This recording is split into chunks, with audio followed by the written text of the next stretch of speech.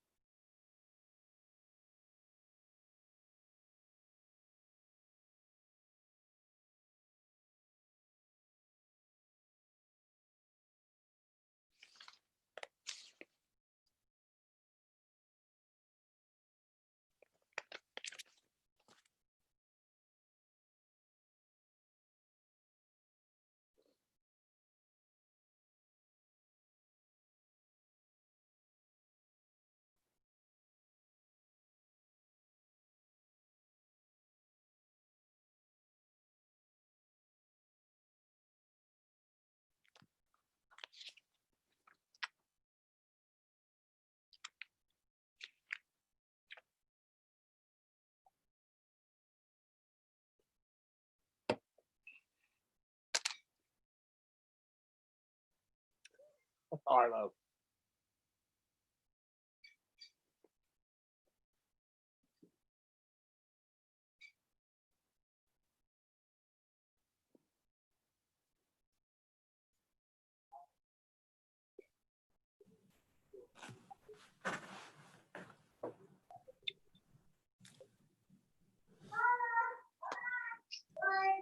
Okay.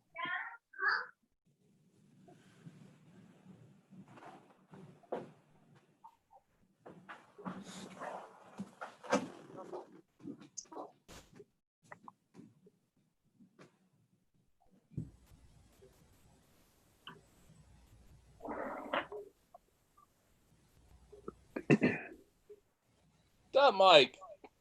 Hello. How you doing, man?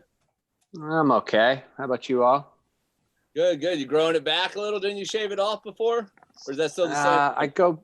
I go back and forth. I don't love it, but I also when you don't go anywhere, there's not much reason to shave it. So See, I just shaved right now, man. I let it grow for a week and it just starts bothering my face, like I'm rubbing it and scratching it. That doesn't bother you? no. No. No. Man, I went out today and I had a hat on with the string out, on my paddleboard, surfing, and man, it just itched it. I don't know if it was the salt water and the rubbing against it. I couldn't take it, man. It's I don't love it, but like I said, it feels like I go back and forth. My wife wants me to keep it, so I keep it. She doesn't mind it. It looks pretty. I mean, you look well in it, dude. It distinguishes you. Thank you. I need that. I need to be distinguished.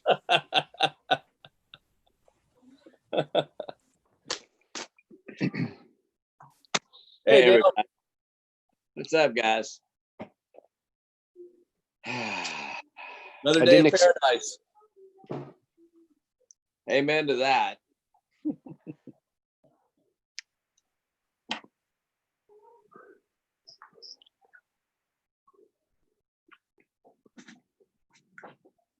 Well, so Dale, what's going on in the hood? Not a whole lot. I'm gonna run get something to drink. I'll be right back.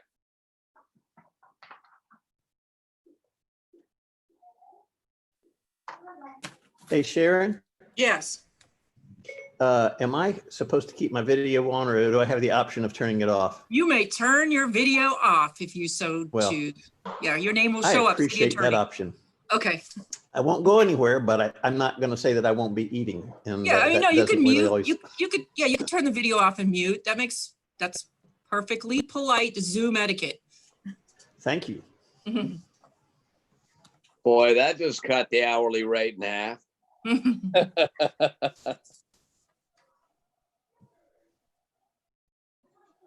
I don't know if it should cut it or maybe raise it because you get more pleasure about me not being seen.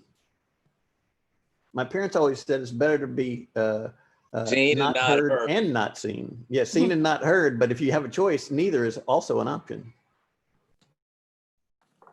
I had a grandmother and a great grandmother, both pure blood German, and it was, you just don't say anything.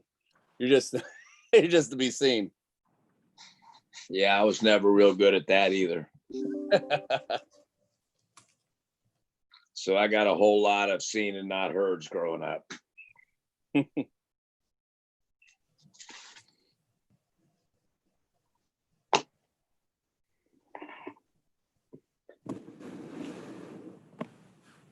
So Vance, everything okay at the beach? Yeah, man. I did it was pretty flat surf this week, so I took a lot of time and did clean grout. You want to talk about there from the top, man. Oh, There's an act of service right there. yes, it is.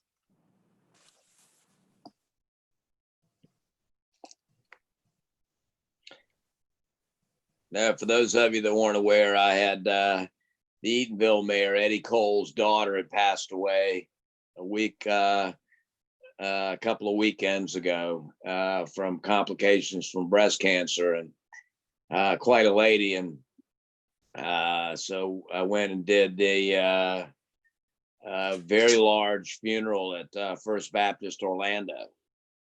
That was quite impressive.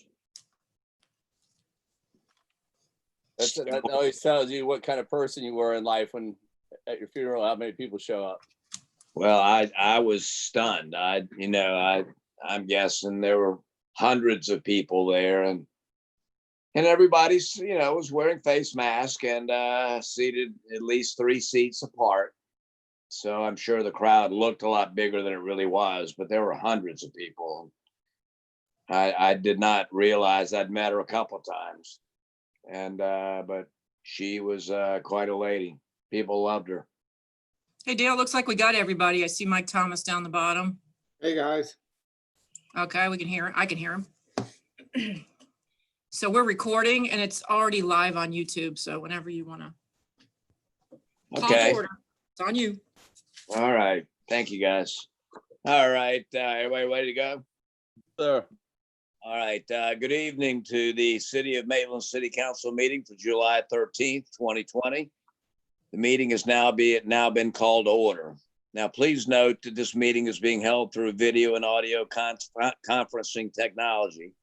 The city clerk will you please take a roll call of attendance to be sure that all are present, to ensure all city council members can be heard and can hear and be heard. I guess I should have read this first. Councilman Guthrie, Here. Councilwoman Hall Harrison, Present. Councilman Thomas, Here. Councilman Wild, Here. Mayor McDonald. Here. Okay, very good. Now, in addition to our city council, we have the city manager, Sharon Anselmo, the city attorney, Cliff Shepard, and even though he's billing us at 50% rate tonight, assistant city manager, Mark Ragantine, all are present. Now, Miss Sharon, you want to take over? Sure. And I do want to mention we've got Community Development Director Dan Mathis also online tonight because a few of the items, the first 4, actually come out of his shop. So he's there if we have questions. We didn't plan a presentation, but for those who are watching or listening to the council meeting, and as you are aware, the governor has extended his executive order 2069, waiving the requirement for an in-person quorum. So council member must not need be physically present as long as sunshine law requirements can be met. We posted the agenda at 5 o'clock on Wednesday, July 8th, and a link from the city's website provided access to the agenda and legislative files provided to city council. Public comment was taken by email and voicemail from Wednesday, July 8th until today at 3 o'clock. I do not believe any public comments were received on any of the items tonight, and I'm sure Maria can validate that. And this meeting is being recorded, broadcast on YouTube, and that's it. Thank you, Mayor. All right, thanks, everybody. If you would please join with me in a moment of silence, and always keeping our first responders, our fire and police in the forefront of your prayers. Please bow your heads with me for a moment of silence.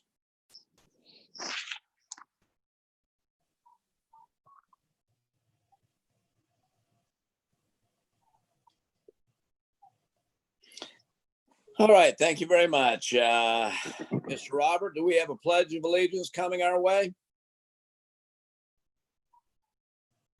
Yeah, just give me just a moment. You take all the time you want.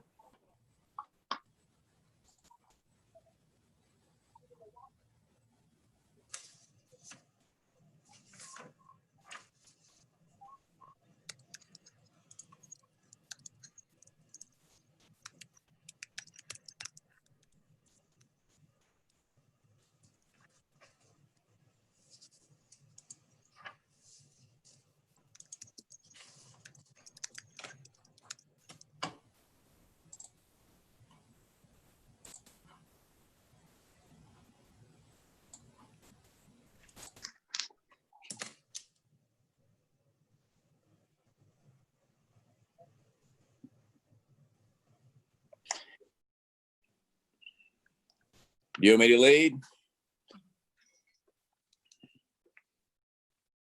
Robert? We should be sharing. Okay. We can't hear it. Yeah, no volume. Well, We can just say the pledge. Yes, we can. I'll go ahead and get started.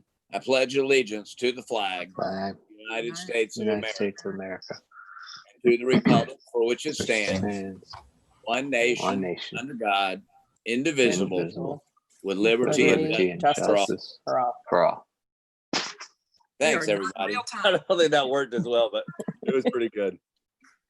That's all right. I think we got the intent across. Okay.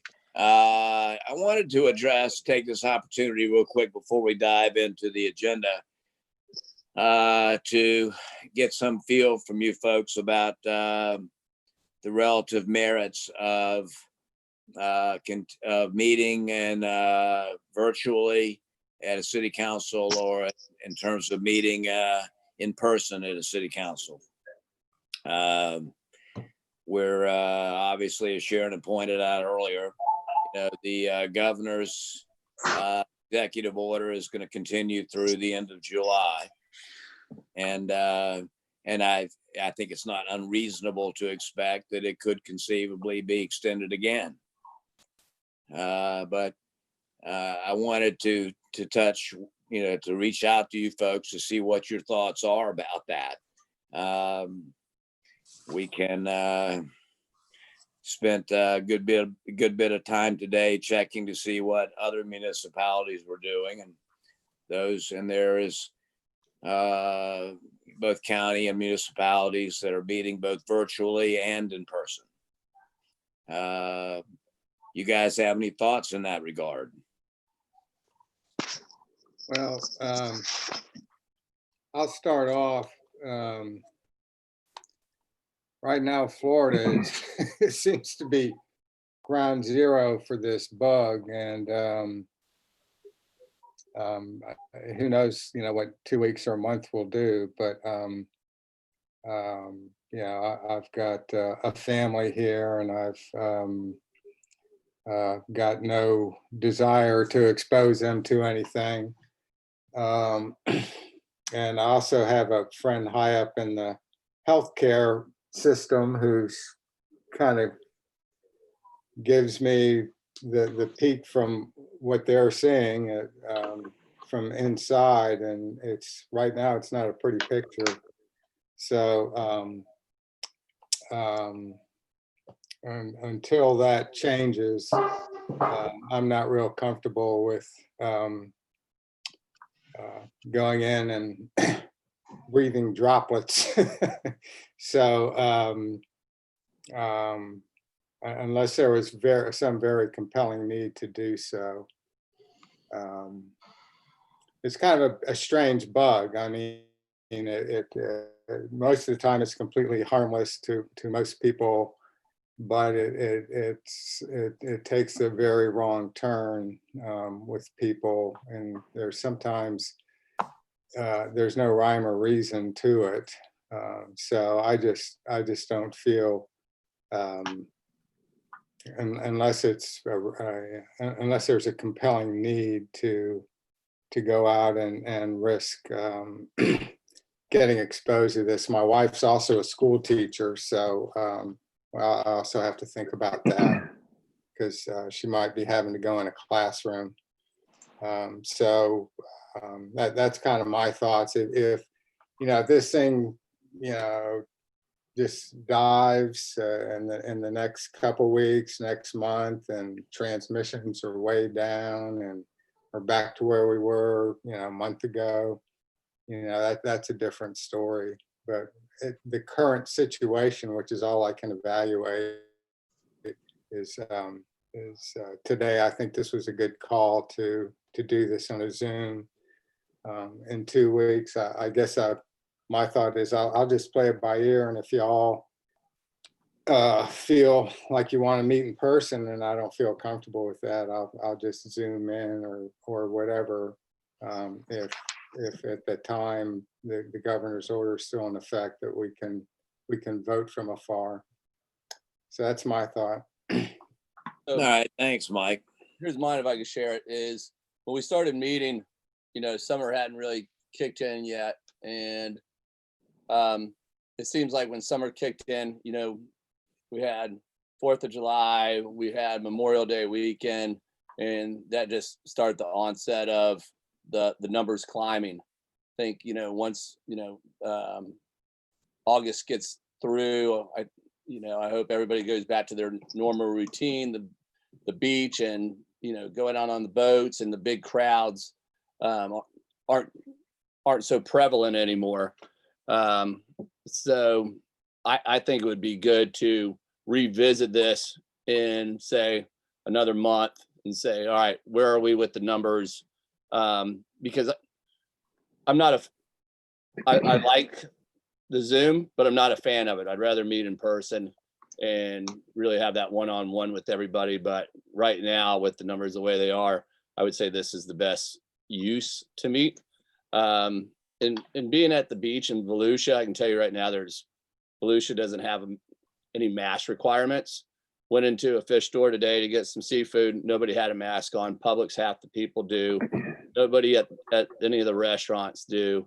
So until the summer gets over, I think we're gonna see a steady number.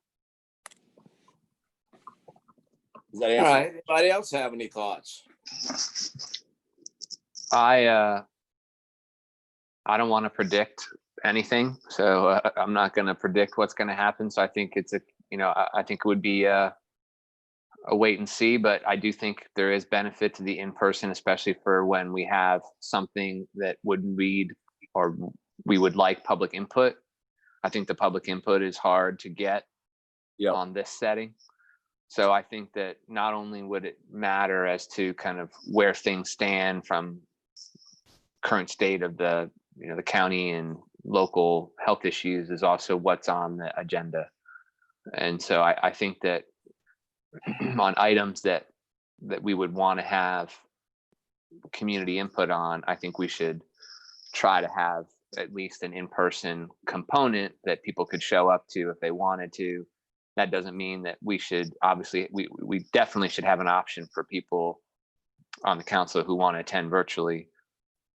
But if there is something that would be on the agenda that we would want to try to get public input on, I think we should obviously try to get that input virtually if we can, but also have an option to have that input come in person, because I think that's just traditionally what people are doing. And I think some of this technology stuff, some people just aren't accustomed to it, and don't have the need, the experience with doing this kind of stuff. So that would be my suggestion, would be to look at it on not just a on a health standpoint, which is obviously the most important, but also on a what's on the agenda standpoint. I agree with Right. that. Lindsay, you have any thoughts?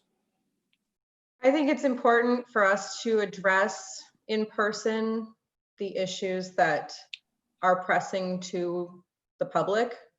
But I also think that these are extraordinary times and the public are making the adjustment to these extraordinary times. We are seeing people are eventually getting the message about putting masks on.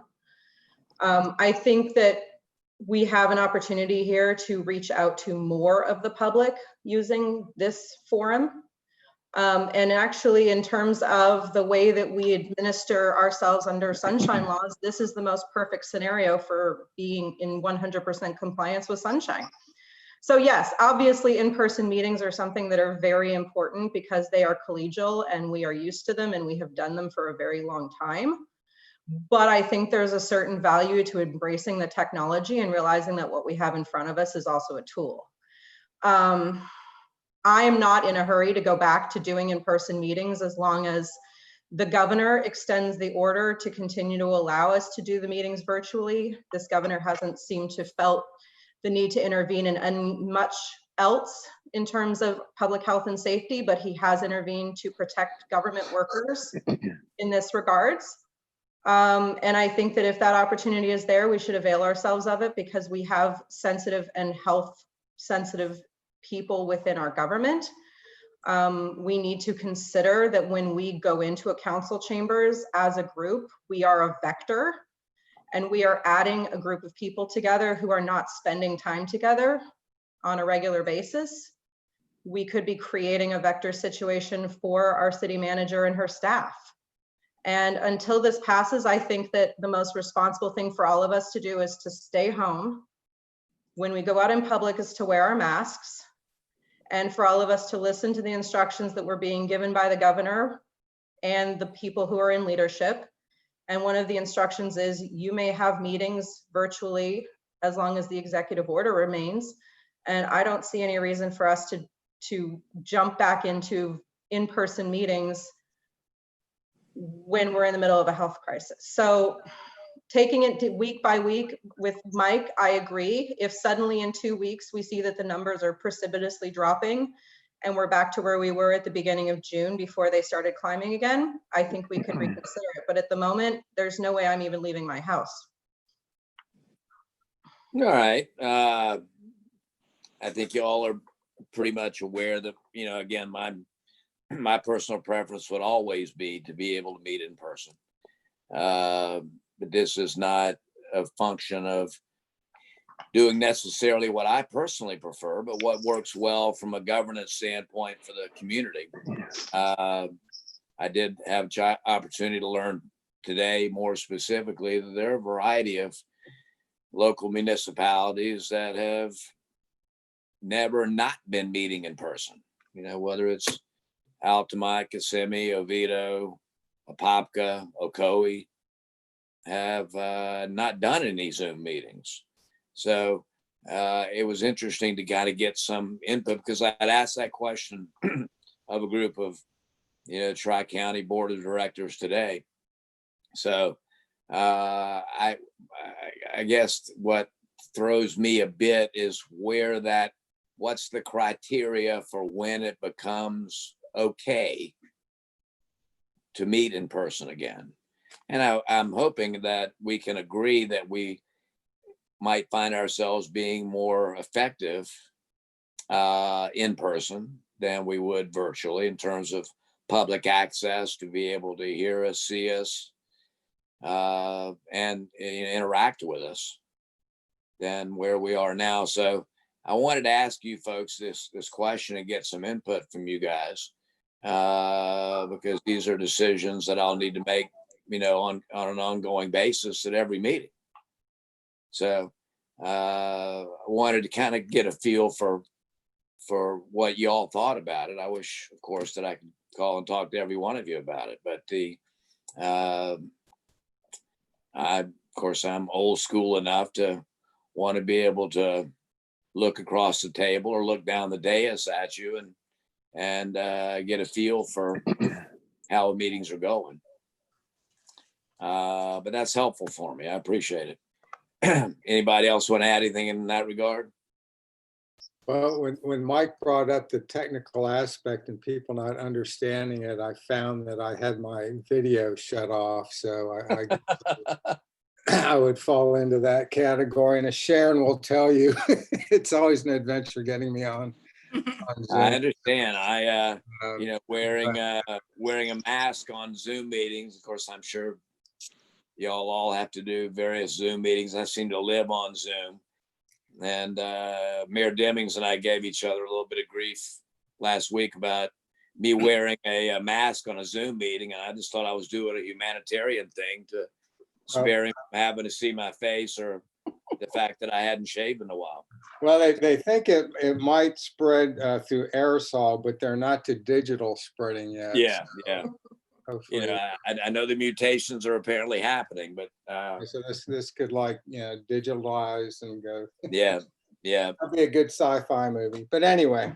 Yeah. But I appreciate your input on this.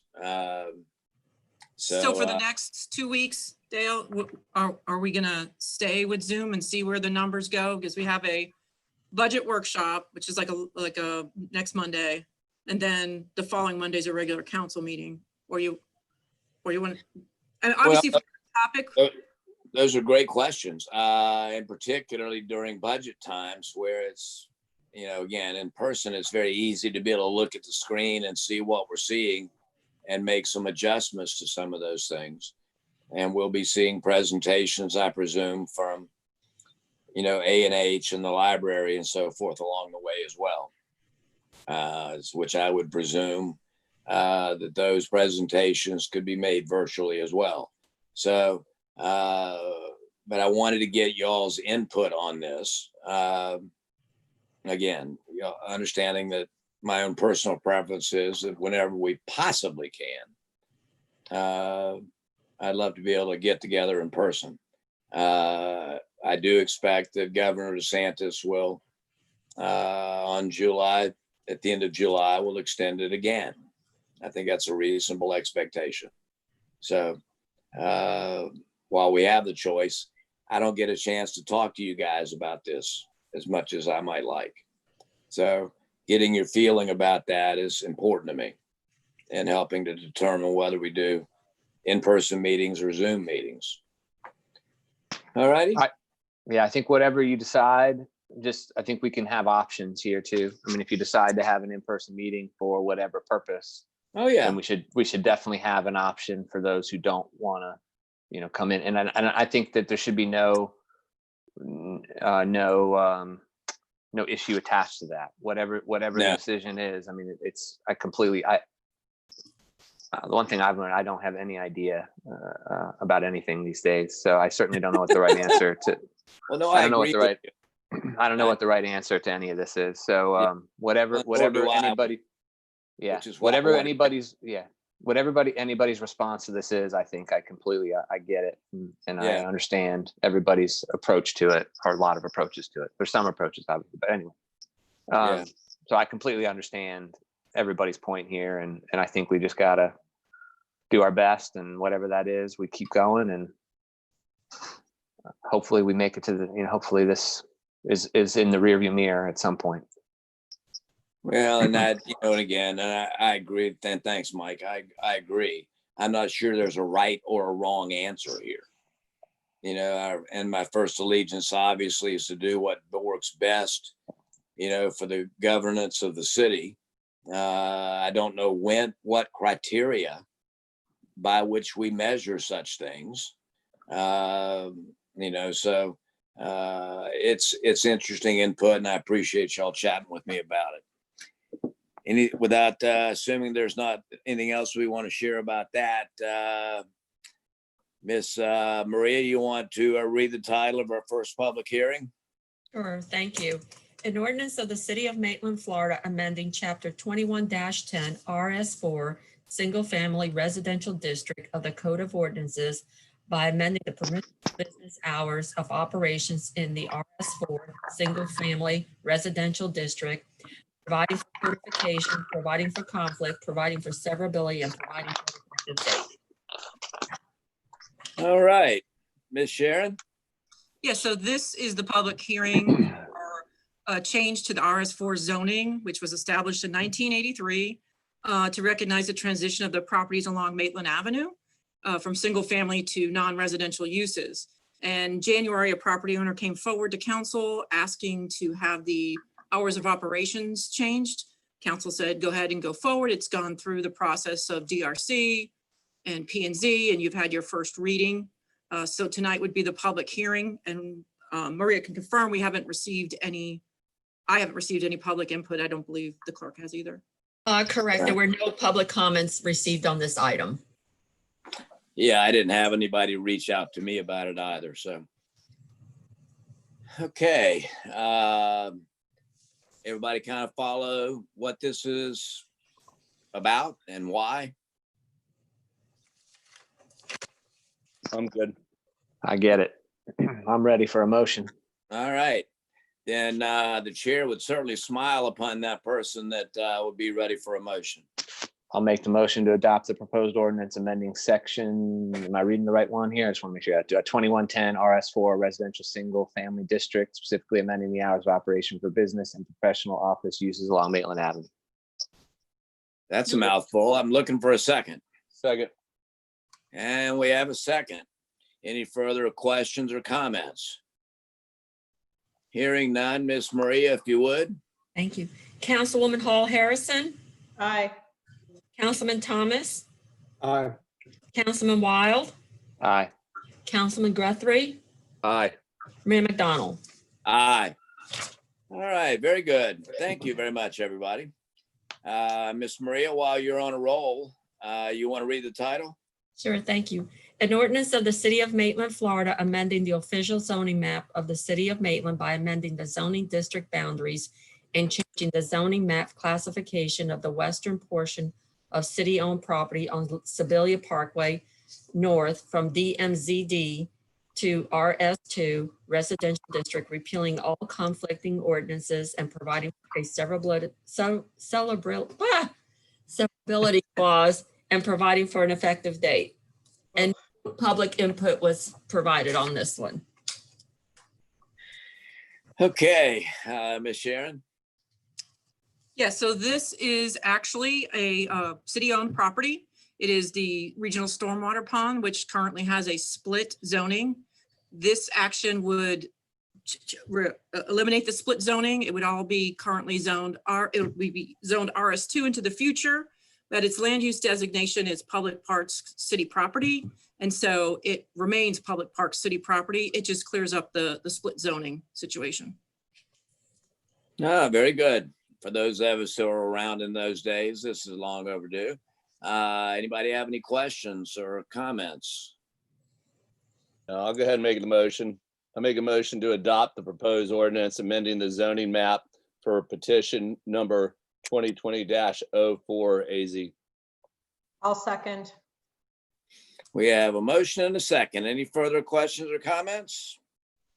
Hearing none, Miss Maria, if you would. Councilman Thomas, Aye. Councilman Wild, Aye. Councilman Guthrie, Aye. Councilwoman Hall Harrison, Aye. Mayor McDonald. Aye. Okay, our third one. Miss Maria, you want to take on this title as well? Sure, thank you. An ordinance of the City of Maitland, Florida, adding a new Article 20, Article 8, Section 2139, Section 2140, and Section 2141, establishing wellhead and water supply protections within the City of Maitland, providing for non-conforming uses and activities, providing for codification, severability, conflicts, and an effective date. And no public input was received. Thank you, Miss Maria. Miss Sharon, you want to address this?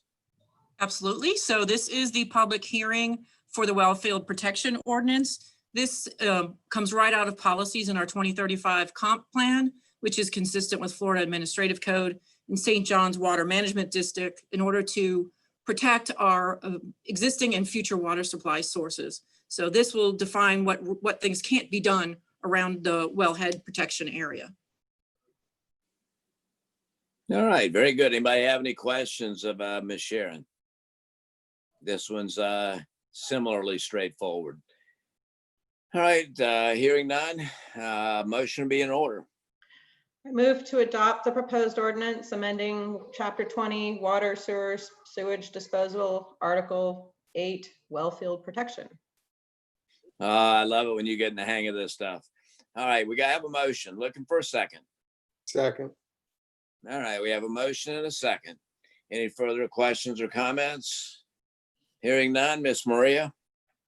Councilman Wild, Aye. Councilman Guthrie, Aye. Councilman Hall Harrison, Aye. Councilman Thomas, Aye. Mayor McDonald. Aye. Okay, moving right along. Okay, Miss Maria, you want to address the next order on the next agenda item? Sure. An ordinance of the City of Maitland, Florida, amending City Code Chapter 5, Article 4, signs, amending the regulations of the signs and placement of certain signs during election periods, providing codification, conflicts, and an effective date. And no public comment was received. Wow, thank you. Sharon, you want to get us started here? Yes, thank you. This item came up after the last election, and the question was why are residential and commercial entitlements to the freedom of expression signs or election signs different? And so this will make those signs the same, whether it's on a commercial property or residential property. It does allow a maximum of 3 freedom of expression signs, whereas before you could have 1 sign for each campaign issue or candidate. It includes a cannot place them out except till 60 days prior to and must be removed 7 days after, which is consistent. And it reduces the size for the commercial or what they called non-residential, which was 32 square feet and 12 feet of height. They're both now 6 square feet of sign area and 4 feet in height. All right, anybody have any questions or comments? Before No, but I'd be happy to make the motion. Well, actually, yeah, there you go. I thought you might. Yeah, I got a couple of concerns. The 6 square feet, which is basically a 2 foot by 3 foot sign, seems to be set up here as uniform for both residential and non-residential locations.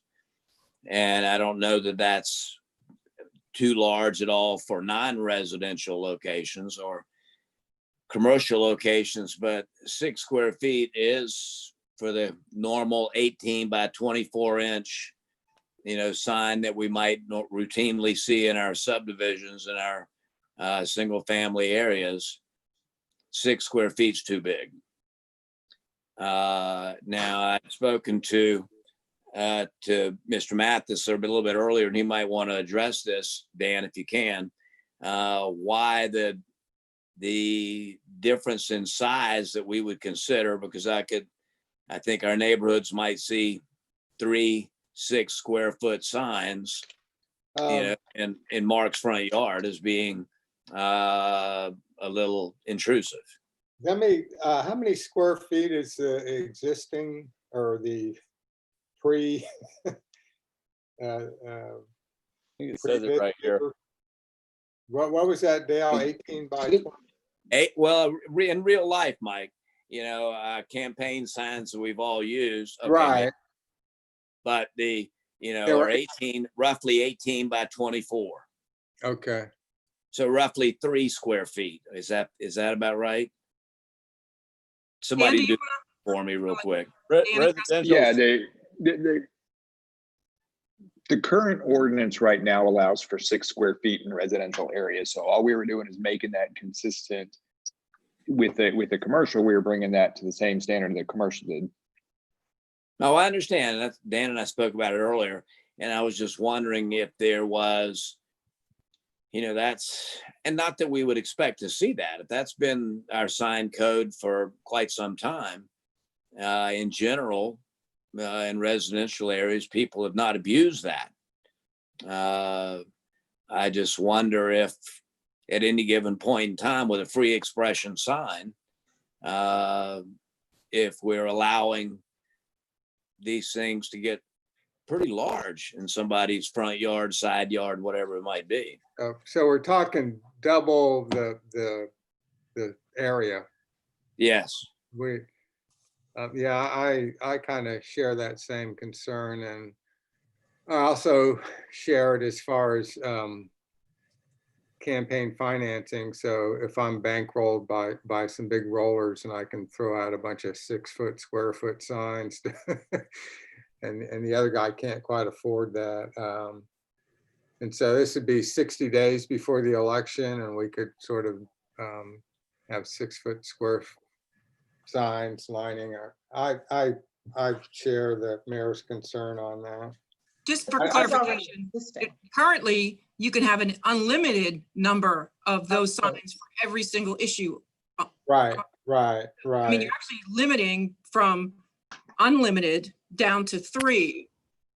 So- Could we, if we so chose, lower this 6 square feet to 3 square feet and make Or that? whatever that number needs to be. I'd gotten out today and actually measured, the normal snipe signs that we see, and they roughly vary from 18 by 24 is a rough. Be 2 times 1.5 equals, yes, that's 3. I mean, if we were so inclined, could we change the 6 square feet to 3 square feet? Miss Lindsay, go ahead. How long has the current 6 foot, the current existing rule, how long has that been in place? Quite some time. It's been in place, yeah, quite some time. And council also recall that this is the freedom of expression sign. It's not only election sign. So any sign during that period, it could be any kind of sign that's a freedom of expression. It's not Yeah, it could be a specifically limited to an election. It could be a sign, sign, yeah. it could be a sign that our sign ordinance is too restrictive, which I've heard before. I mean, honestly, it's one of these weird things, like you hear, we've all, actually, a few of us lived through that sign code. And it was rough, right? Yeah. And you can never get it right. well, you can never get it right. I mean, that's the thing, is that there's so many unintended consequences with this kind of thing, is that you kind of look at an issue and you frame it and you look at it and you say, I'm looking at it through this lens, and that's why I'm looking at the square footage, and then I'm afraid of it. And then someone comes in and later and says, I usually put this type of sign up and now I can't do it because your sign code says I can't do it. And this is crazy. So it's hard. This is I always feel like with the sign code one, you just get, because you have to be careful of what you can and cannot regulate, you often get, it just gets difficult. So, I mean, I don't know that I would be, I think the limitation is good. I don't know that I think 3 feet is small. And again, I'm not looking at it with any context of what, what the signs were that we're talking about. I'm trying to look at it just generally. So I don't know. Yeah, and I didn't have a specific number in mind.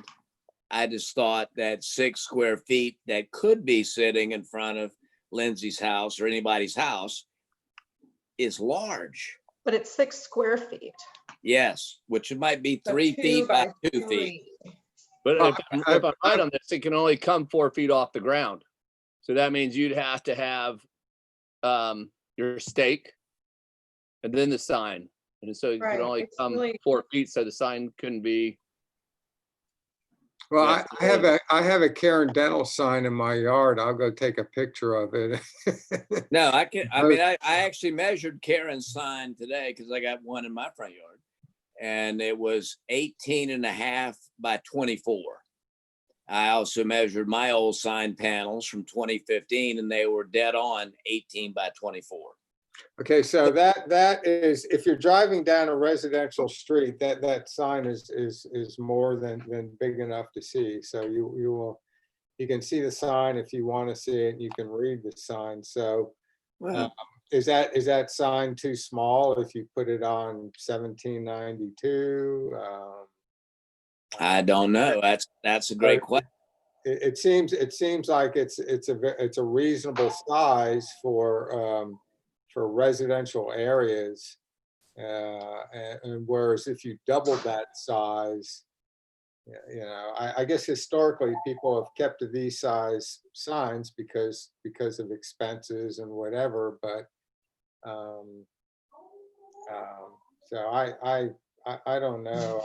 I only raised the topic because who knows until, a certain, city council candidate this past time decided that we needed a 32 square foot sign on, and then somebody else decided they not only needed one of those, they needed it with their picture on it. So that, I don't recall in my 27 years of this ever seeing signs that size before. So understanding that the market will tend to want to absorb its capabilities, this is a great opportunity to chat about it. I don't have any objection at all to reducing the size of the commercial signs. I think I know exactly what sign you're talking about, and Yeah. it's garishly large. Good word. But I also think that if this has been the existing residential code for quite a while now, and we're not seeing spates of people exercising all 6 square feet of their ×3 on their front lawns, we're giving some flexibility for people if they do decide to put something up. But I think limiting commercial, I think that's a good idea. We want the city to look nice when people to drive through. We don't want it to be billboards.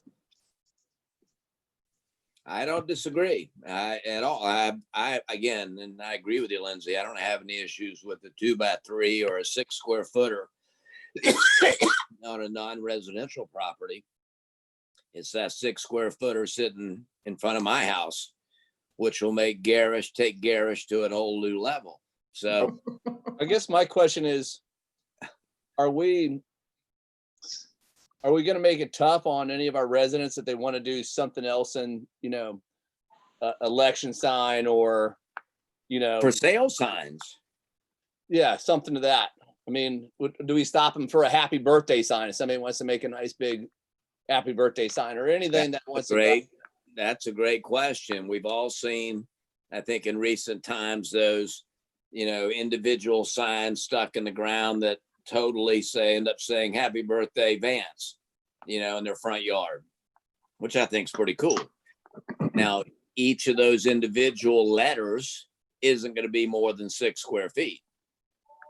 But once you have, a whole bunch of them put together, does it get in the way of that? So we think, and I hadn't thought of it. So if under this, those signs that people are putting out for happy birthday become illegal? No, this is Is that what you're saying? I mean, is that what Dale's saying? I don't think that's what he's saying. Is that really the case? I didn't read it. Does that become an unintended consequence here? Because each of those letters is its own sign as you stick them in the ground separately. And so that's a whole lot more than 3. And even though each of the letters individually will certainly not be more than 6 square feet. So I didn't read that. Is that, so I didn't know, I would have thought that would have been, and I don't know if those things are or are not legal or illegal. So I'm not gonna, or permitted or not permitted. Yeah. I read this though. I read this ordinance to be purely election signage. Is that not? Okay. Who just said that? It's during the election period, but I mean, if your birthday is during the election period, then yes, it would be an illegal sign. Right, However, because we can't, again, the signs are, code enforcement's on a complaint basis, so we don't really get a whole lot of complaints about a happy birthday sign.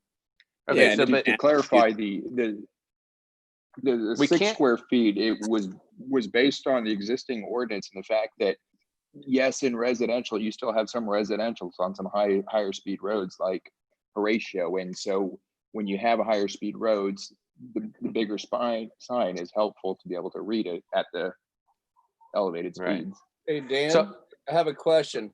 So if it's during election time and I'm selling my house and I have a sign, for sale sign out there, you know, on a nice wooden frame, standing 5 feet up, will that make that illegal then? No, the real estate signs are covered under a different section. Yeah. So, Okay. so let me back this, I guess. So we can't ever regulate content, right? So that's the general principle of any sign Yeah. ordinance, right? So we can't, so you're right, Dale, in that this, and I guess you're right. We have to think of this in the context that while this is sort of mentioning, it's taking down, it's eliminating the sign in the one instance of election sign, and it's targeting it from a certain time of year. But you're right in that,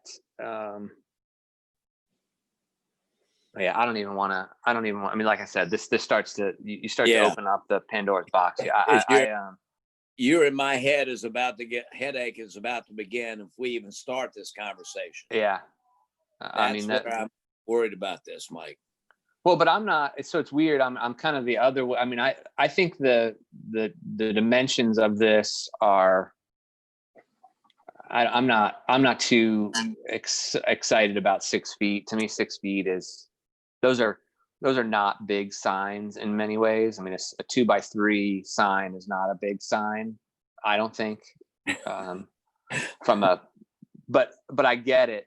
You know, I mean, I get, they do look big in certain instances and different, and you start lining them up, whatever. I mean, I don't, I definitely see anytime we touch the sign code, I'm telling you, you start to have unintended consequences, and it just gets super complicated on how to do this. But Yeah. Well, we could go with this, and then if in the next election, we have a bunch of 6 square foot signs in residential neighborhoods with little pictures of ants on them or something. No, there'll be big pictures of ants then. Yeah.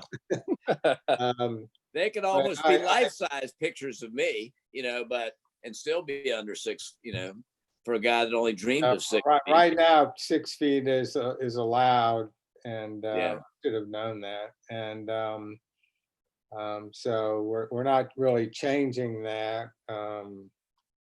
So I don't, you know, I'll go. I'm not wild about 6 foot square foot signs in neighborhoods, because we've never had that. And I guess just if we pass this ordinance, does that mean people will suddenly rush out and start doing it? I think part of the thing is the timing is we're coming up on primaries, and I think you want to not have another, you know, 1792 billboard. And we can tweak the other one if it becomes a problem, but the bigger problem in the residential is people putting them in the right of way. That's the big code enforcement complaint we get. They do. They stick them right in, like Maitland Middle and Domrick. They'll just line the. They're on Horatio today for way. somebody running for county commissioner, but it's not 6 square feet. It's pretty small. So, you know, just to cover this upcoming election, it sounds like we ought to just maybe move ahead with this. And then if we start seeing larger signs in residential areas that become obnoxious, we could, or some future council could revisit it. Okay. with that. So I'll go ahead and make the Yeah, motion. back to where you were originally, Vance. You started all this, Vance. Yeah, we can change it to somebody who gets to be problematic again. Okay, I make a motion to adopt the proposed ordinance amending Chapter 5, Article 6 on signs. Second. All right, we have a motion and a second and some 3-part harmony. So we're any other questions or comments? Hearing none, Miss Maria, if you would. Thank you. Councilman Guthrie, Aye. Councilman Hall Harrison, Aye. Councilman Thomas, Aye. Councilman Wild, Aye. Mayor McDonald. Aye. Okay, Miss City Manager, anything jump out at you in the form of old business? No, not tonight. All right, good for you. The consent agenda. Ms. City Clerk, do we have any public comment regarding items 2 through 4 on the consent agenda? No, we did not. Okay. Hearing none, the chair would certainly be more than happy to entertain a motion to approve. May I make a motion to approve the consent agenda? You may. I did. Anybody, there's a blanket permission to second it also. Second. All right, very good. We have a motion and a second. Any further discussion? Miss Maria, if you would call the roll. Thank you. Councilwoman Hall Harrison, Aye. Councilman Thomas, Aye. Councilman Wild, Aye. Councilman Guthrie, Aye. Mayor McDonald. Aye. Okay, so it appears as though the public is not beating our door down tonight for any public comments. Is that true, Miss Maria? That is correct, sir. So we'll just try to tiptoe through the graveyard and go past the public period, the general public period tonight. Now let's get to appointments. Miss City Clerk, you want to introduce this item? Sure, thank you. Vance Guthrie submitted his resignation from the PNC effective April the 10th. His term expires on August the 3rd. The term of Jamie K. Bennett also expires on August the 3rd, and she wishes to be considered for reappointment.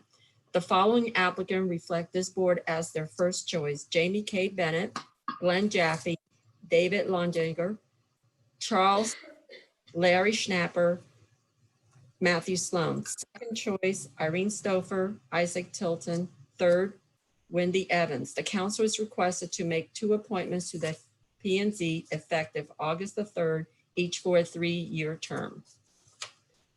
Okay, let's break these apart and consider one of these appointments for Jamie Bennett.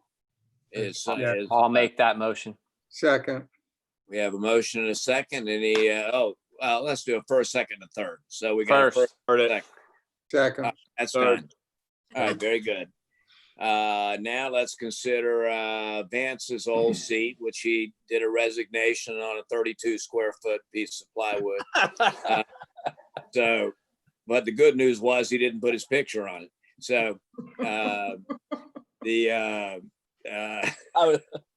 we're having fun. Killing me, man. Yeah. So I'm as I have a want to do with these things, and I'm sure some of you folks have. I've reached out and spoken to virtually all of these folks over the last week or so. Yeah. And I think that some of y'all may have as well. We're blessed to have a pretty good group here. A really good group, actually. Mayor, I've never seen this many applicants. Yeah, that's a good thing. Quite impressive. And good ones. Yes. People that want to get involved and want to care and want to learn more about how connected everything in this city really is. I'm going to go ahead and avail myself of what I can do. I've been particularly impressed with Matthew Sloan. I don't know if you all have had an opportunity to speak with him, but he's a consultant that with Terracon is a local, brings a particular skill set to P&Z that they don't have now. So I've been very impressed. So if you might want to consider this a nomination for Matthew Sloan to fill. Well, could we talk about some of the candidates and each weigh in on this before we get to voting? I'm happy we've got so many, and I hope that those who don't make it come back in November. I like Glenn Jaffe. Glenn grew up here, and then he came back. He raised his family here. He's sort of a bridge to the past. He's on the historic Maitland page, and you hear him talking about the citywide celebration called Maitland Day that maybe one day we can get back. but he comes from, he's been here a while, but he's very supportive of the future we're trying to build. And he very much promotes that. And if you could see him on that page where he sort of, takes these longer term residents who are about ready to jump off the cliff about some of the things that are happening here. And he's very reasonable and congenial in bringing them along.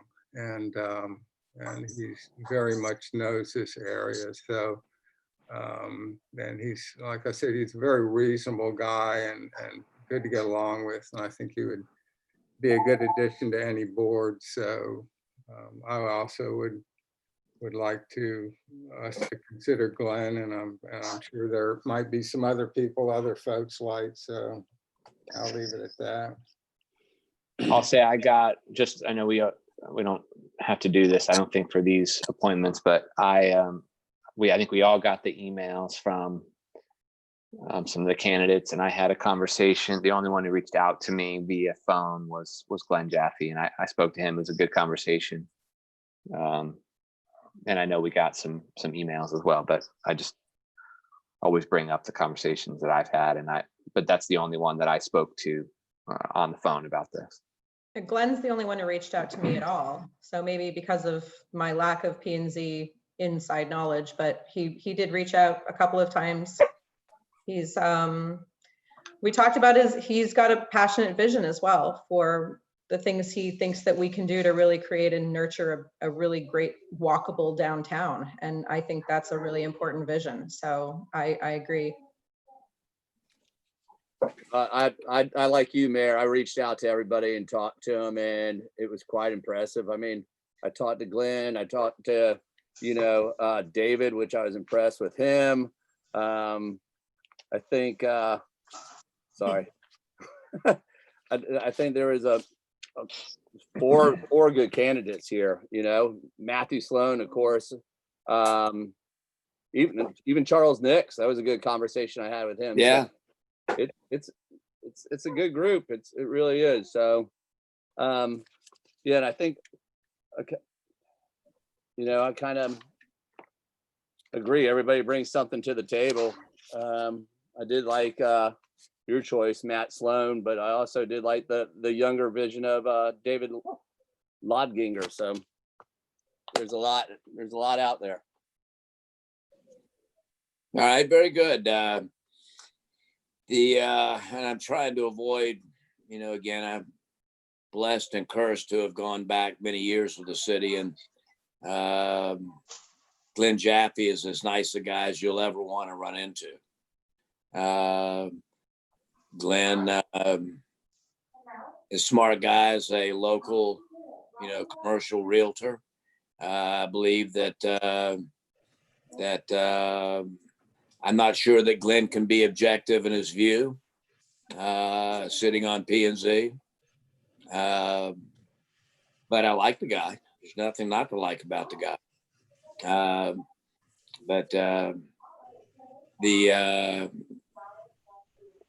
Anyone have any other comments on any other candidates? I think, and not to pick anybody, and I like Glenn too. I had a great conversation with Glenn, and I like Glenn, and I agree with what Mike Thomas said, that he has he's like me. He's been around. He knows it. But when you look at what experience these other people bring, there's probably 3 people better situated for planning and zoning. And if it was, if it was Glenn on any other time, I would say yes. But I mean, just looking at that list, there's probably 2 or 3 people that have more experience. And So Vance, applying for Yes. P&Z, and Huh? I remember you were applying for P&Z, and we I had know I did, and qualified people, and we said, well, Vance has been here, and yeah, that's true. I got you. Yeah. so, I mean, it's kind of, and I'll have to object a little bit about Glenn can't be objective. I've disagreed with him on things, and we've argued about them, and it's just and 5 minutes later, it's in the past. He's very, I found him to be very open-minded, and he's very, very, very passionate about the city and about the downtown. He just lights up when he's talking about that. So I'll Tell me what did he share with you, Mike, regarding his vision for a downtown that you found to be so? He's come to our meetings. He was passionate about the Maitland market. He came here when, he came to that meeting when the city was in a lockdown. He supports the whole walkability thing from Lake Lily down to Maitland Avenue and connecting that, the whole sense of place. He's at every one of those Friday downtowns that I've been to. So it's sort of like, he's been with this city since it's grown up. And he likes, he's not one of there's so many people who just, I've lived here all my life and this is horrible. And Glenn's sort of a bridge to that group of Maitland who kind of, talks them off the cliff and explains what we're doing and how it's better for the city in the long run. So, I mean, I might have seen this more than you do because I'm on some of these, old time Maitland Facebook pages that he's on. Matthew's a great candidate, and I hope to, if he doesn't get on this time, I certainly would, look at him the next time and others. So it's nothing against anybody else. I'm not downgrading anybody else. I'm just saying that I think Glenn brings something to the table that would be very helpful as we move forward with what we're trying to do in Maitland, particularly the CRA area. I don't know. Can I ask a couple questions? This is related but unrelated. We used to have on the website, and maybe I just don't know where to look anymore, how to click on the boards and you could see who was on the board and when their term expires. Is that somewhere else right now? We're updating the website, so it hasn't been. It's not on the current website, but we can distribute that if you want. No. We just have it on, Word document. Yeah, no, I understand. I used to look at it and, you could see who was on boards and what's interesting about the planning is not like any of these boards is that there's the value to having somebody who's got the knowledge of the subject matter on the board, someone who's maybe who does that for a living or who has experience in the field. There's also something to be said, especially on the planning and zoning, that I think it's nice to have not somebody who's in the field opinion on a lot of these things. And it's nice to have a mix on the board of different opinions. I found that valuable being on planning and zoning for 6 years. I actually thought it was nice to have a variety of opinions on those things. And so I don't know how that measures out with who we've got on there currently. I know all of them, obviously. And I don't know what anyone else's opinion is on that, about having, variety of opinions, and someone who doesn't necessarily has an interest in Maitland obviously has a knowledge of what's going on, but doesn't necessarily have to be an expert in the field or work in the field. We have a city staff to give the guidance to the advisory board on the things that they don't know. But the advisory board is meant to be made up of community citizens from all different backgrounds and perspectives, so that the best decisions are made with the broadest brush of the audience rather than the most narrow. And I have wondered before about the exclusivity of the professions that make it onto P&Z, whether we're too narrow in the scope of perspectives that are being included. So yeah, I mean, I get it, because I think it helps obviously to have some people on there that can help kind of discussions move along, but I also think it's real valuable when you have people who don't live in that field, who kind of say, well, I don't care what you say from this perspective. I walk these streets and I drive to school, and here's my perspective on planning. So I don't know. I think it's good to have a mix of opinions there, and how that relates to this current nomination. I'm not making an opinion there. I think it's nice to have a variety on there. I mean, for that matter, Charles Nix is a real estate attorney, correct? And, Yeah. Do we have a real estate attorney currently sitting there on P&Z?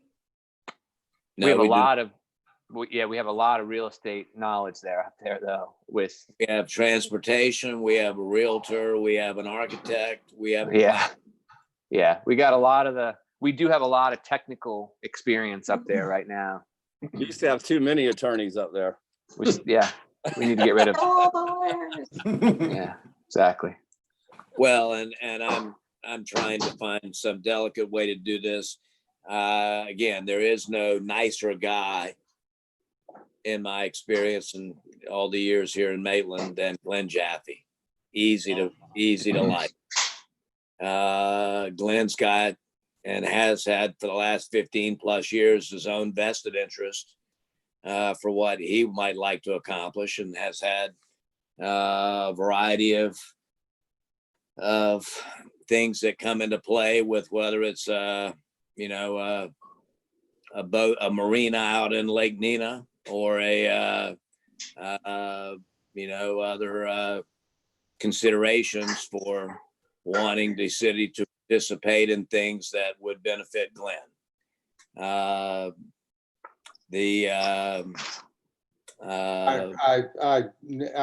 just don't agree with where you're going on this, Mayor. I've never seen. I happen to know the fact.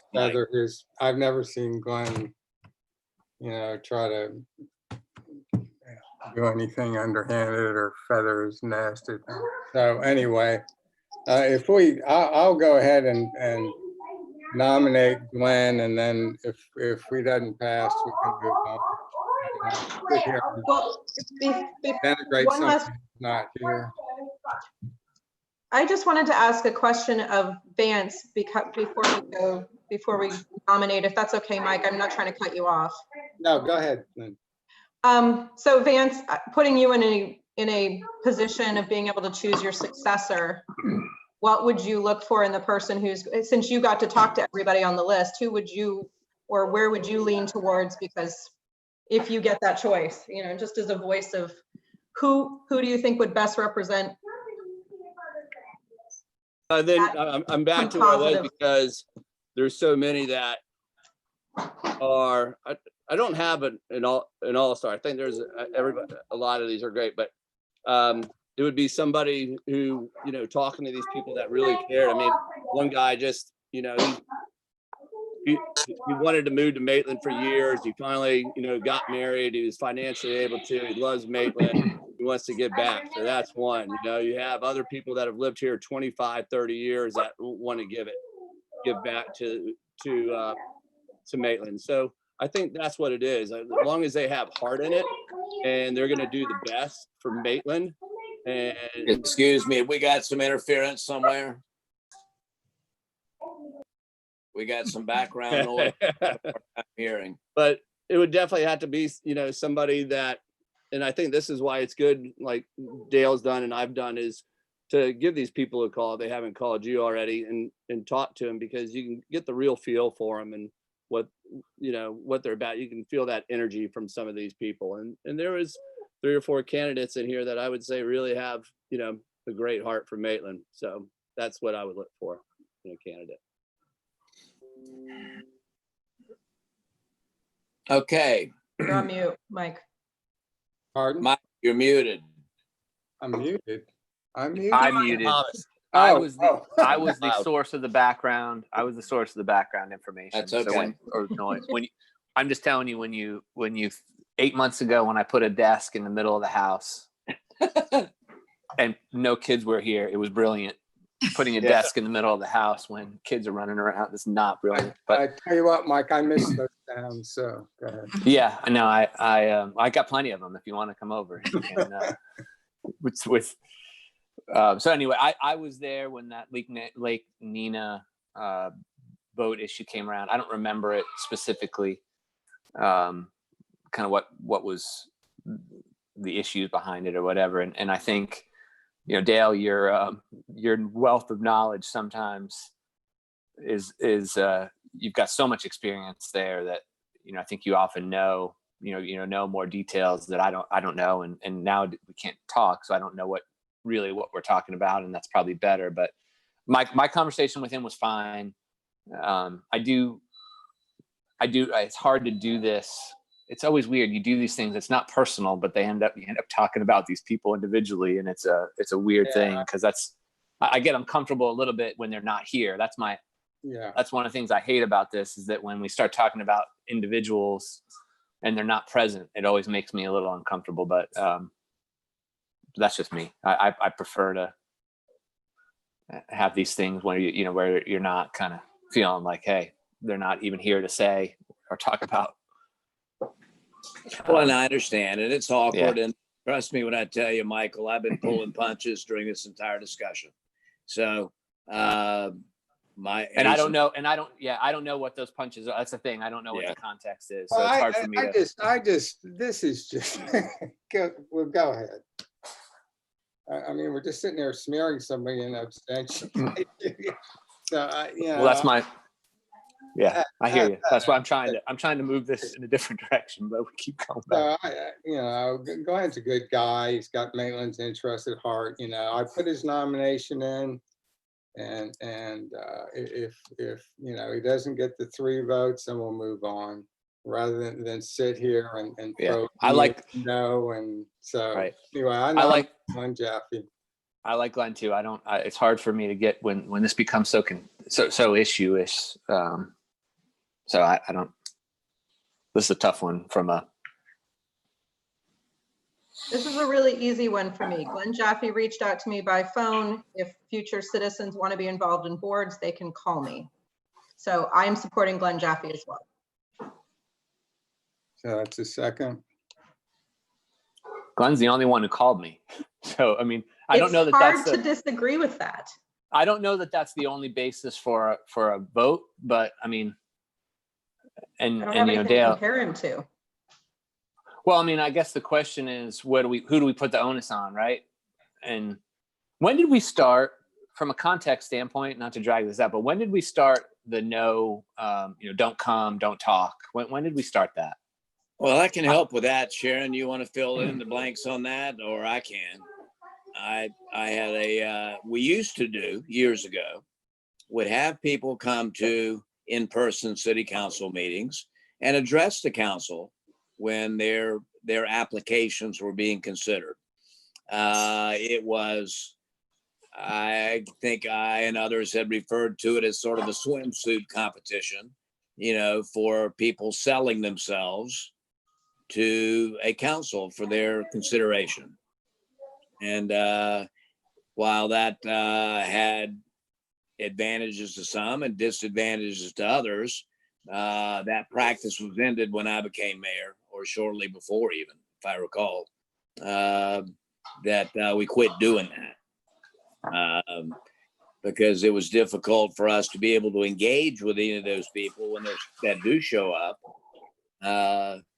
And it was also always very awkward, because what if somebody has shown up and wants to be considered and doesn't get selected? Makes for a very awkward. Yeah, and I hear you. I just don't, when I feel like when we start talking about specifics, it's hard when they're not here. So I get it. I get the. So we took the swimsuit competition out, if you will, or I did. Yeah, and I hear you, and I see the merits of it. I'm not disagreeing. I remember when I first applied to planning and zoning, I showed up, and it was in the old city hall, and you got up and said your piece, and and it wasn't awkward from that standpoint. But look, the only one, it's hard. This is one of these weird conversations, because we're talking, but we're not. I had a good conversation with Glenn. I don't have anything bad to say about him. He was the only one that reached out to me. I don't know the history of the of what's going on. So it's hard for me. I think, like with you, Lindsay, you're saying, hey, he reached out. and that shows initiative. I guess the question is the onus on them to reach out to us, or should we be reaching out to them? Maybe is that I know you all. I feel like if I wanted my elected officials to know what I thought, I would reach out to them. And if I wanted somebody to hear me, I would reach out to them. And if I was applying for a position that I really wanted, I would reach out to them. You know, at this point, this is a non-political appointment. We are picking a passionate Maitland resident who cares enough to give me a phone call and ask for me to support them to be on a board. And Glenn, for better or for worse, was the only person who picked up the phone to call me and say, hi, how are you? And to tell me his vision for why he wanted to be on the board. So if this is a public plea of advocacy by future people, please pick up the phone and call me. I would love to hear from you. But in this case, if I don't have anything else to go off of, I have a full-time day job. I unfortunately do not have the time to pick up the phone and call individuals who may or may not have, you know, put their name down on a piece of paper as an afterthought. So if somebody wants to know, I'd be happy to speak to other people, but no one else called me and I didn't have the time, unfortunately, to call. So it is what it is. I appreciate the initiative. We've got a motion and a second and looking for a third, and without a third, this nomination will pass and there'll be others. I mean, here, Dale, I mean, I'm in a disadvantage here because he's the only one I talk to. Yeah. I mean, he would be my, I mean, and I don't know where else we go with this. I mean, that would be where I would go, but I hate doing something that I feel like is causing some divisiveness, but, and I like the guy. I don't want to put him in a bad, my limited interactions with him. I think I've had 2 or 3 conversations with him total, are positive. So I don't want to put him in a bad spot here. Without knowing kind of more than I do now, he would have been my choice as well, just because he did reach out and he was so.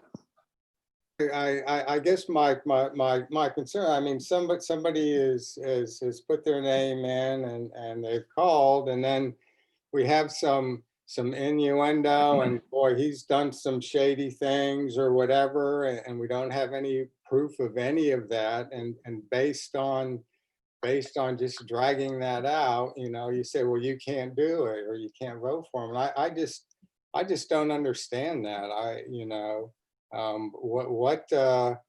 you know, I mean, Glenn's always been a decent member of the community. You know, and Dale, to be honest, you carry personal grudges against people for reasons I don't particularly know, but you know, I just think this, you know, when somebody's not here to just sit there and you know, basically, you know, kind of smear them. Let me cut this. I can tell you, I don't think there's any. I think there's just been a sharing of opinion, and I don't. I mean, I feel like this is going south fast. Yeah, yeah. I mean, I feel like. Why did it go south? I mean, well, it went south. Look. Here's because you wanted it to go south, Mike. I was ready to nominate someone else. Well, you know, you just kind of wanted to push your guy through, and that's fine. I don't even know him, and he might be good, but you know, it's good we discussed. But he didn't call you. Everybody have a say in it. It's you know, we're not a strong mirror form of government. So anyway, I'm ready to move on. I'm ready to. Well, what's so crazy? I was ready to third him, but look, this is the problem here is that I feel like this conversation went in the wrong direction, but I don't think anybody was actually trying to make this. I didn't hear any personal comments personally. I heard concern, but I don't have anything to base that concern on. But I value everybody's opinion up here. I think everyone, in my opinion, has contributed and deserves their voice. So I didn't hear a negative, but I mean, for the sake of this, I feel like we got to third the guy, and that's my opinion. And Dale, I respect your opinion, Dale, and I don't think you were being negative. I think you were just expressing some concern. That's my And I would not bring concerns without what I believed was some basis. So, so we have a nomination and a second, and now Mike, a third. Yep. All right, that's done. And all right, now our next decision item would be Miss Maria. Would you please read the title? Sure, thank you. An ordinance of the City Council of the City of Maitland, Florida, adding section 7.5-2 to the City Code of Ordinances, establishing updated engineering minimum design standards for new developments, providing for legislative findings, providing severability, providing for codification, providing for conflict, and providing for an effective date. Okay, Miss Sharon, you want to get us started Actually- here? Yeah, actually, Mark, Assistant City Manager Regentine is going to take this one. All Yeah, right.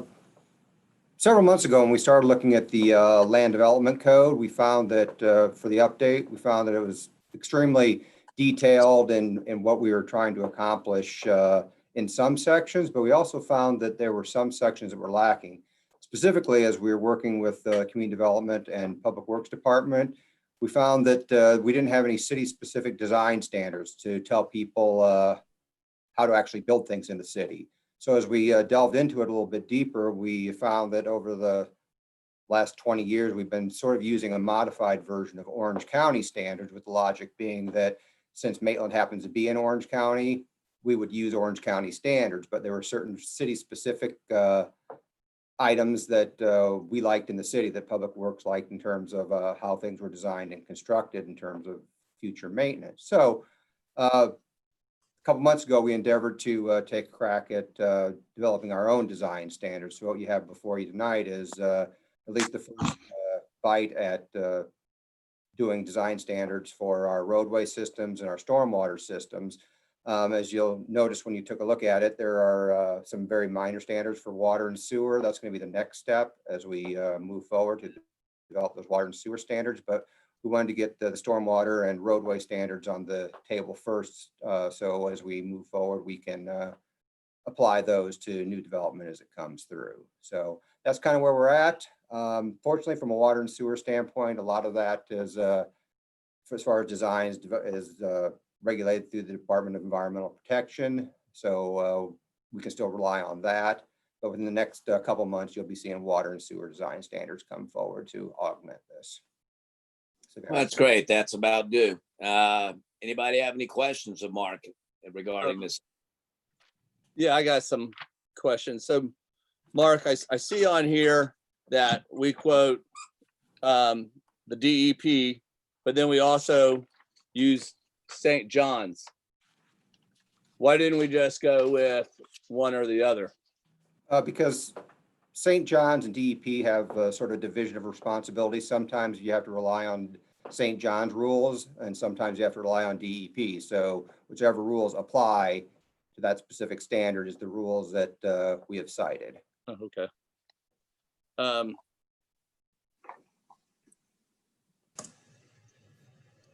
So is a lot of this already existing code? A lot of No. some of the administrative rules are the same. We have taken pieces and parts of our existing code, but the majority of this is going to be new. Yeah.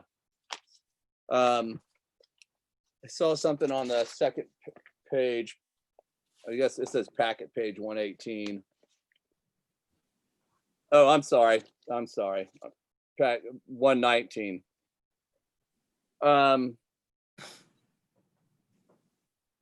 What do we mean by I know what an outlet is, of course, but what do we mean by positive outlet? That's a positive outfall. When you're dealing with stormwater systems, Right. you either have a closed basin or you have a way for it to get to the receiving water body. So if you have a positive outfall, you have a way for the water to get from where it's hitting on the ground to the receiving water body, which is typically a lake or a creek in the city. Okay. Has LAB seen this? Have they reviewed it or seen it at all? No.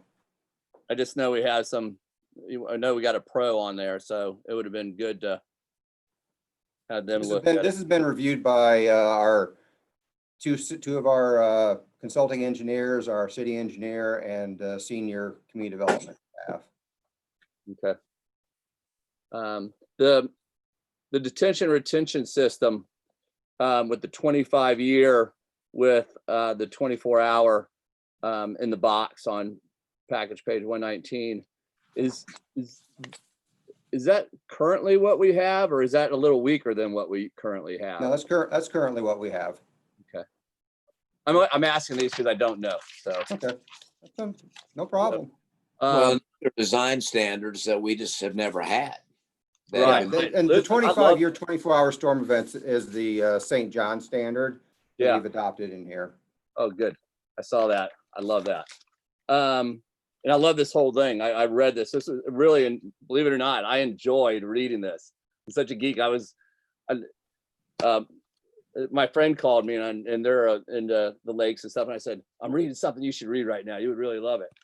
So back to it. Packet page 120, where I think number 4, letter A, halfway down, it talks about 72-hour period. The bottom of a required retention pond shall be a minimum of 2 feet above the seasonal high water table.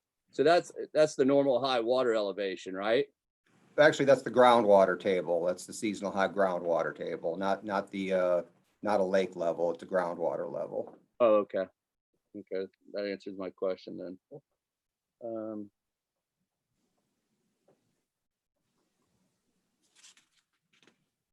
Sorry, guys. Dead air for a little bit.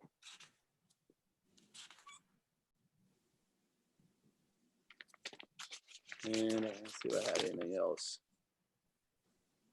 So when we talked about on packet page 122, and I know this was a big issue when they were talking about Maitland Concourse North, the degree of angle. And it reads, just for my own well-being to understand, when it says it's at the very top, it says it's no steeper than 1/4 inch per foot. Does that have an angle that is already laid out? Like, is that a 45-degree angle? Do we know? Oh, no, that's almost 30? flat. 1/4 inch per foot's almost flat. That's for your maintenance berm. So Right. that's for our vehicles to travel along to do maintenance. So when a maintenance berm's required, it has to be relatively flat. It can't be sloped at a 4-to-1. So it has to be relatively flat to be able to handle a vehicle. So and then down at the bottom of the page D, we talk about a 6-foot decorative iron or aluminum fence. Does that mean we'd have to change our fences that we have currently? This is for new construction. Just new construction only? Yes. Okay, because I was thinking about that fence back there along what's the old school? Hill.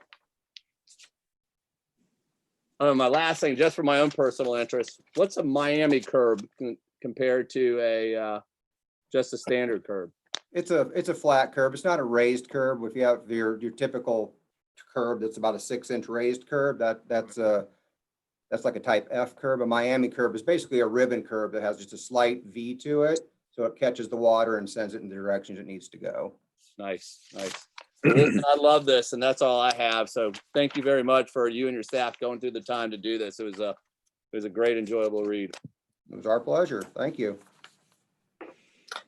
Okay, anybody have any other questions or comments?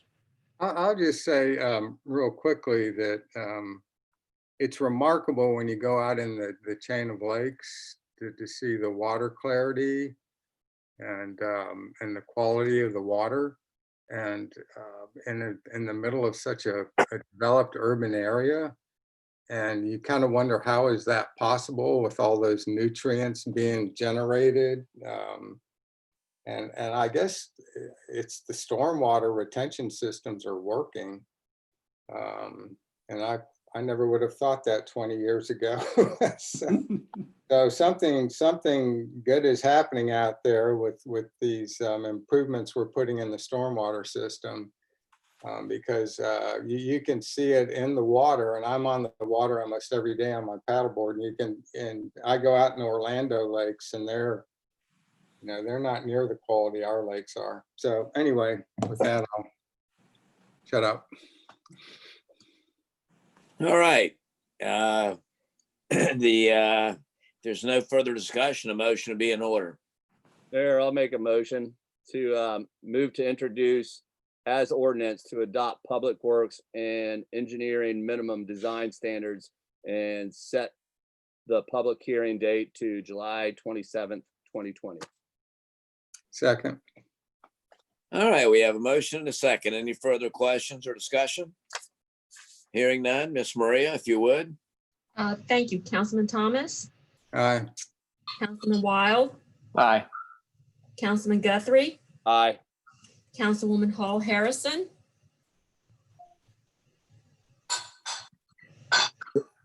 Couldn't Probably you on hear me? mute. I'm sorry. I apologize. Mayor McDonald. Aye. All right, very good. Thank you, everybody. The city manager, is there anything you want to report at this moment in time? Just a reminder that we do have the budget workshop general fund on Monday night, and we're working to get the document out on Wednesday. We will not have the state estimates. They're not going to be released till the 20th, so we've made our best guess. So we will obviously learn more as we go through the process. So this is sort of the first pass at the budget. We'll be having to do some more work to, refine the revenue numbers based upon what we see going on and what we hear from the state. But we'll have something to you, and then we'll have to work through it between now and September. All right, Mr. Shepherd, anything you want to share tonight? Yes, briefly, Mayor. Just so you guys will know, effective Friday was our last day in the office for the next 3 weeks. We are being remodeled and expanded. So we are thankfully very used to having to work from home and other locales, and that's what we'll be doing. So there will be no ability to sort of drop in on us for a meeting if that was your desire. However, the phones on the office are forwarded to our direct cell phones. If you dial the office by mistake in my extension, it'll ring my cell. And of course, you all, I think, have my cell, and it's always there on the bottom of any email signature that we send. So be happy to speak to you, communicate by any other means you want to, but we won't be in the office because of the construction issue. Are we allowed to ask the attorney a question? Sure.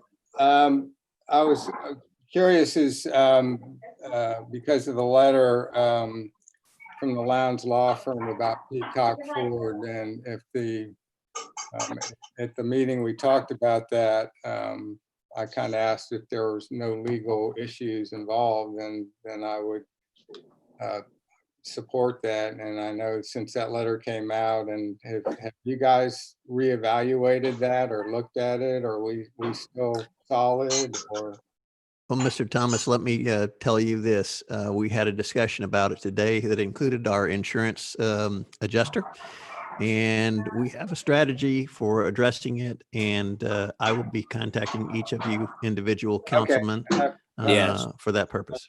Okay, thank you. Does anybody else have something that they would like to address right now? Oh, I just I have a wanted- question. oh. Go ahead. Go ahead, Mike. I wanted to thank Mark. I don't know the names of the two people that came out to help us out, but we were putting in a playground project over at Domrink, which I'm hoping someday that kids will be able to go on. And the installer hit a pipe, and so I called Sharon and Mark, and they had somebody out there. So I don't know who it was, but they were great, and I appreciate I think our departments and utilities and maintenance and those guys do a great job and always helpful and willing to help out. And so I appreciate those guys coming out. And then in a related note, I wanted to ask, related, somewhat related, but the sewer line expansion that's going to go on Chippewa and then wrap around there. When does that start to get dug up? And people are doing renovations at home, including a lot of planting now. And so people have asked me, should I plant a tree? Because they might get ripped up when they start doing the work. I thought it was actually a pretty decent question.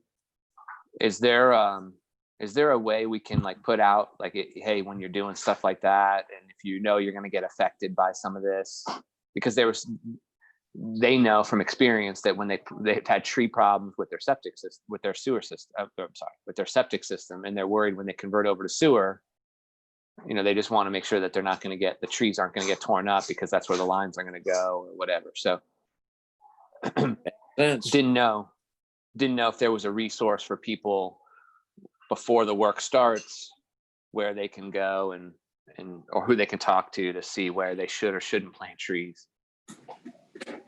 They Well, can, go ahead, Mark. Sharon.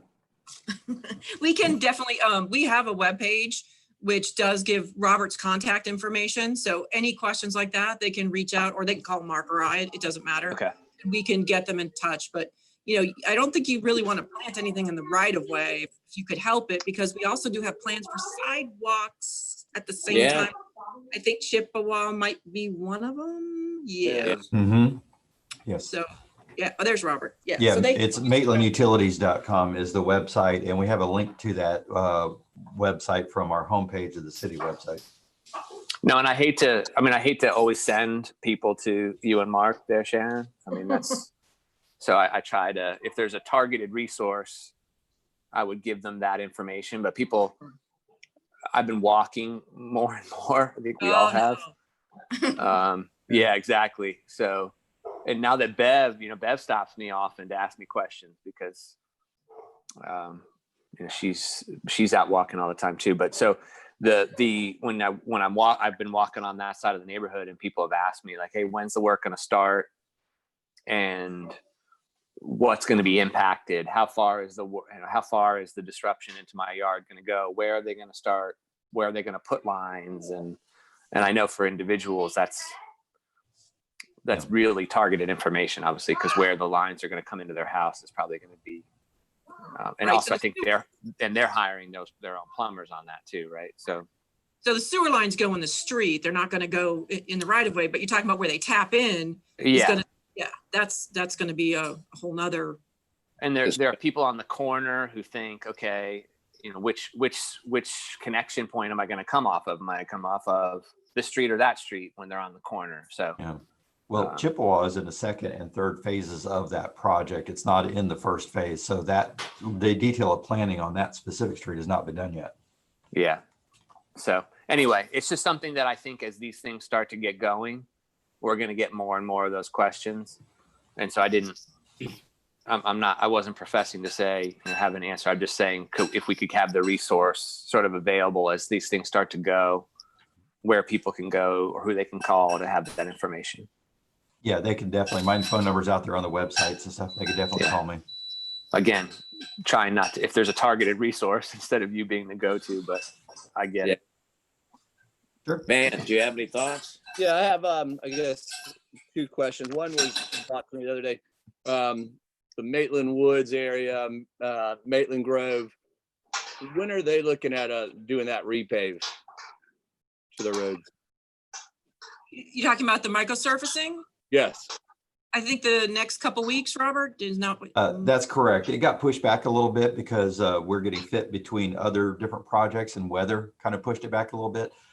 This particular project, we're doing these surfacings. We do those during the summer to avoid school hours and kids walking through school.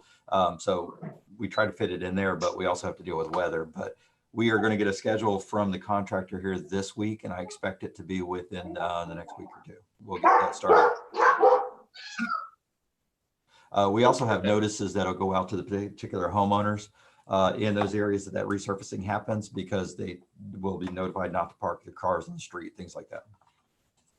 Makes sense. And I guess my last question is, where are we with the A&H wall? Did insurance cover it, or what happened with that? Or did we? They're still in the process of getting somebody to provide estimates for the repair, and then we'll submit those to the insurance company. If their company can't cover it, and then our insurance company will cover it, and then we subrogate against their insurance company. Thank you. That's all I got. Thanks. Real quick, Dominic and Mike reminded me of this. I guess you're doing some playground work through the Dominic Foundation, Mike, but are they going to reopen that to residents anytime soon? Have we been in contact with them about that? Yeah, I mean, Jay's in contact with them, but they've shut their facilities down. Yes. Are we still maintaining them? Yeah, because people can use the field. I think it's just the playgrounds and the other, like, But you can get in the Dominic field? I don't know. You can't. No, because they You were can't. fencing.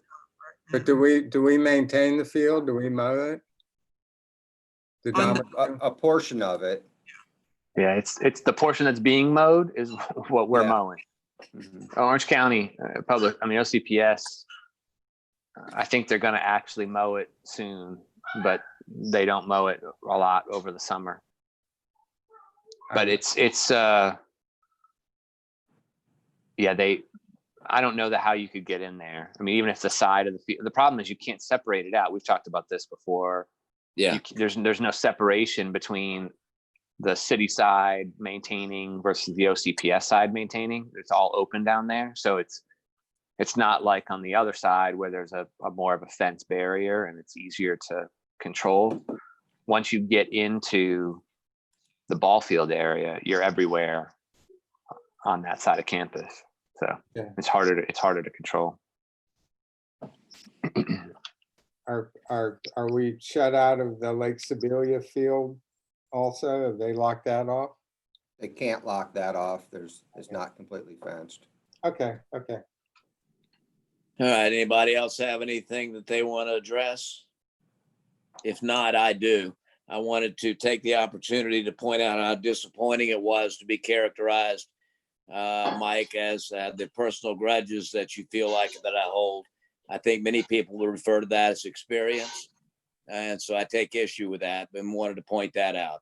I'm sorry that conversation went so south. I really am. So anyway. Now, anybody else have anything they want to address? Hearing none, I think we are just about done, guys. Thank you very much. Take care. Meeting is done. Thank you.